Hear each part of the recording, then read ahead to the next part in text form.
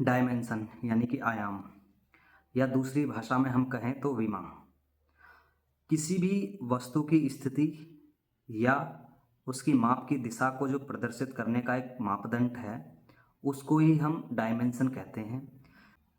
हमारे रोज़मर्रा के अनुभव में केवल 3 प्रकार के ही डायमेंशन हमको नज़र आते हैं, जिसमें लंबाई, चौड़ाई और ऊंचाई शामिल हैं, जो किसी भी वस्तु की स्थिति या आकार को परिभाषित करते हैं। यदि हम इसके अलावा और डायमेंशन की बात करें तो समय को चौथे आयाम के रूप में एक चौथी डायमेंशन माना गया है, और जिससे घटनाओं के क्रम या समय अवधि को समझने में हमें मदद मिलती है। यदि हम मॉडर्न साइंस की बात करें तो मॉडर्न साइंस में अब तक जो हायर डायमेंशंस हैं उनकी संख्या 11 बताई गई है। यदि हम डायमेंशन को और अच्छे से समझना चाहें तो डायमेंशन को हम सेपरेटली अलग अलग देखते हैं। सबसे पहले यदि हम बात करें ज़ीरो डायमेंशन की, तो ज़ीरो डायमेंशन अपने आप में कोई डायमेंशन नहीं होती है, यानी कि एक पॉइंट के रूप में हम इसको संदर्भित कर सकते हैं। अब ज़ीरो डायमेंशन है तो इसका मतलब होता है कि इसमें ना तो कोई लेंथ है, ना ब्रेथ और ना ही हाइट। इसके बाद में जो हमारे पास आती है वो है फर्स्ट डायमेंशन, जिसको हम पहला आयाम कहते हैं। इसमें केवल लंबाई या केवल चौड़ाई या केवल ऊंचाई सिर्फ एक तरफा डायमेंशन होगी, जिसकी दिशा केवल एक तरफ होगी, यानी कि हम कहना चाहें तो सीधी एक स्ट्रेट लाइन। इसके बाद में जो सेकंड डायमेंशन है, सेकंड डायमेंशन का मतलब होता है कि दो विमीय दिशाएं या द्विआयाम या इस तरीके की ही दो कोई सी भी यूनिट आ सकती हैं। तो एक एग्जाम्पल के थ्रू यदि मैं आपको बताना चाहूँ तो जो हमारे सामने ब्लैक बोर्ड होता है या वाइट बोर्ड होता है, वो हमारा एक सेकंड डायमेंशन का ही एक एग्जाम्पल है। इसके अलावा कागज़ के टुकड़े हो सकते हैं, या समतल कोई हमारे पास प्लेन हो सकता है, या प्लेन सरफेस हो सकती है। इसके बाद में जो थर्ड डायमेंशन आती है, थर्ड डायमेंशन है जिसको हम 3D के नाम से जानते हैं, जिसमें हमारे पास तीनों आयाम्स आ जाते हैं। तीनों आयाम्स का मतलब होता है कि लंबाई, चौड़ाई और ऊंचाई, हाइट, ब्रेथ एंड लेंथ, ये तीनों मिलकर के यदि एक साथ आ जाएं तो इसका मतलब होता है कि वो 3D ऑब्जेक्ट है। जैसे कि हम बात करें कोई क्यूबिक शेप हो सकती है, क्यूबिक ज्योमेट्रिकल शेप्स हो सकती है, स्फेरिकल हो सकती है। तो ये सब हो गए हमारे 3D ज्योमेट्रिकल शेप्स जो हमने बताए, यानी कि तीसरे आयाम के एग्जाम्पल्स। यदि हम बात करें चौथे This आयाम far, की, thanks for sticking with me. क्योंकि We have हमने a पहले ही long आपको journey बताया ahead, कि and we're modern just science getting आजकल started. 10 से 11 There are many dimension more होने का videos to come, so prediction make करते sure you हैं, don't miss them. जिसमें से Please help अभी this तक channel केवल grow by fourth hitting the dimension like and तक का ही subscribe knowledge buttons and ringing available that है। notification bell. उसके ऊपर के जो डायमेंशंस हैं Thanks for joining me उनको on this लेकर के journey केवल into the प्रेडिक्शन fourth है, dimension. But Safe fourth travels, dimension and I'll तक see you next time. Theoretical work किया हुआ है, जो कि अल्बर्ट आइंस्टाइन के जो रिलेटिव थ्योरी है उसमें हमको देखने को मिलता है। अल्बर्ट आइंस्टीन ने समय को यानी कि टाइम को एक चौथे आयाम के रूप में माना, क्योंकि हमारे पास में लंबाई, चौड़ाई और ऊंचाई से मिलकर के 3D बनता है, जिसको हम स्पेस कहते हैं। और यदि साथ में हम समय को भी इंक्लूड कर लें तो समय को इंक्लूड करने के बाद जो हमारे पास दोनों को मिक्सअप बनता है तो इसको कहते हैं हम स्पेस टाइम।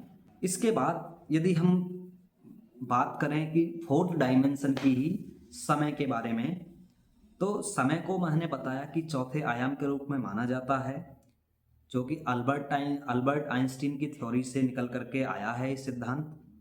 तो आइंस्टीन ने समझाया कि समय और स्थान यानी कि टाइम एंड स्पेस जो हैं वो एक दूसरे से जुड़े हुए हैं, जैसा कि आप देख सकते हैं स्क्रीन पर, कि जिसको हम एक स्पेस टाइम के नाम से जानते हैं, जिसका एक फैब्रिक एग्जाम्पल आप देख सकते हैं।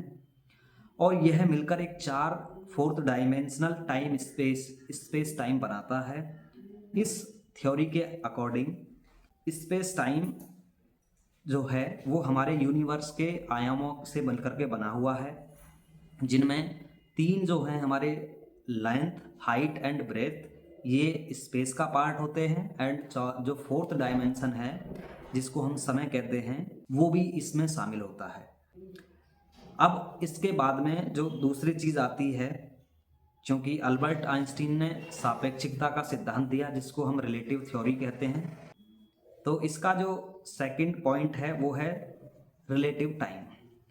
आइंस्टीन ये जो सापेक्षिकता का सिद्धांत है, रिलेटिव थ्योरी जो है, वो बताती है कि जो समय है वो रिलेटिव है, यानी कि बदलता रहता है। यह किसी वस्तु की गति या ग्रेविटी के अफेक्ट में बदल सकता है।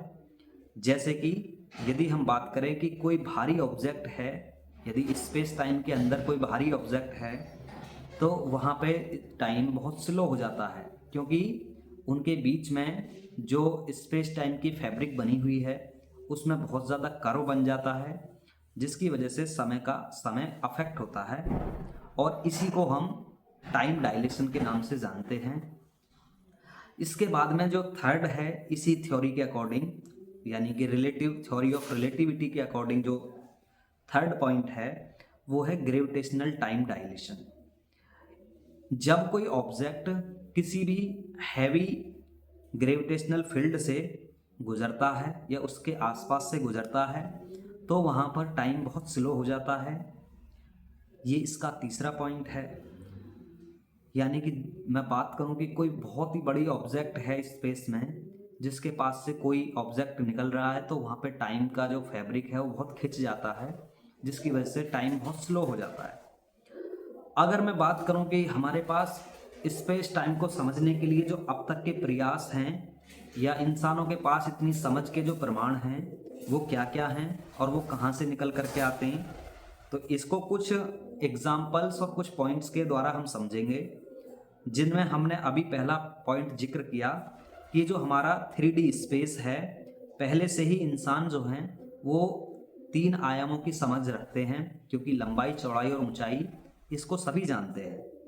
ये आयाम जो हैं हमारी रोज़मर्रा की दुनिया का हिस्सा हैं, जिसमें बिल्डिंग्स या कोई ऑब्जेक्ट, जिसमें प्लैनेट्स या कोई भी ऑब्जेक्ट जो हमारे आसपास नज़र आता है, कहीं ना कहीं इन्हीं आयामों से मिलकर के बना हुआ है।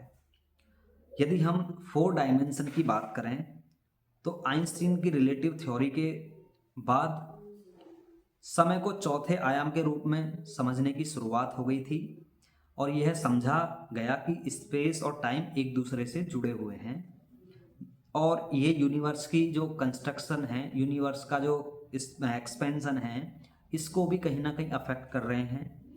समय एक स्थिर नहीं है, बल्कि यह रिलेटिव है और सिचुएशनल चेंज होता रहता है। इसके बाद हम बात करें हायर डायमेंशन की, क्योंकि 4th डायमेंशन तक की चीज़ें हमने डिस्कशन करी हैं अभी।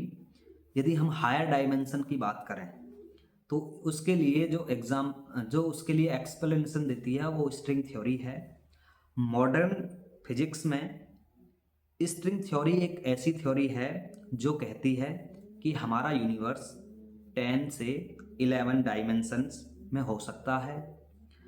ये जो हायर डायमेंशन है, हमारे 3 आयामी स्पेस और जो 4 डायमेंशन टाइम है, उनसे मिलकर के जो स्पेस टाइम बना हुआ है उससे भी परे हो सकते हैं, और केवल बहुत छोटी या सूक्ष्म स्केल पर देखे जा सकते हैं।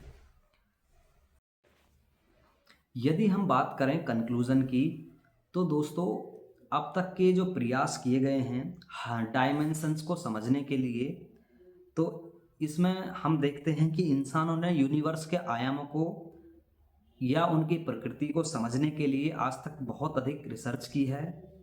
जैसे कि पार्टिकल एक्सेलरेटर का यूज़ करके हाई एनर्जी वाले पार्टिकल्स की टक्कर भी कराई थी, जिसको लार्ज हैड्रॉन कोलाइडर के नाम से हम जानते हैं, और जहाँ से हमको एक नया पार्टिकल भी देखने को मिलता है जिसका नाम था हिग्स बोसॉन या गॉड पार्टिकल्स। CERN जैसे जो रिसर्च इंस्टीट्यूट हैं, वहाँ के जो साइंटिस्ट हैं, इन अतिरिक्त आयामों के अस्तित्व का पता लगाने के लिए आज भी कार्य कर रहे हैं, जो यूनिवर्स में अज्ञात संरचनाओं के बारे में नई समझ दे सकते हैं। तो दोस्तों, यहाँ तक आपको डायमेंशन के बारे में हमने नॉलेज स्प्रेड की, और मुझे लगता है कि आपको यहाँ तक की चीज़ें समझ में आई भी होंगी। यदि ऐसा है, यदि आपको वीडियो अच्छी लगी है तो वीडियो को लाइक कर दें और चैनल को सब्सक्राइब कर लें।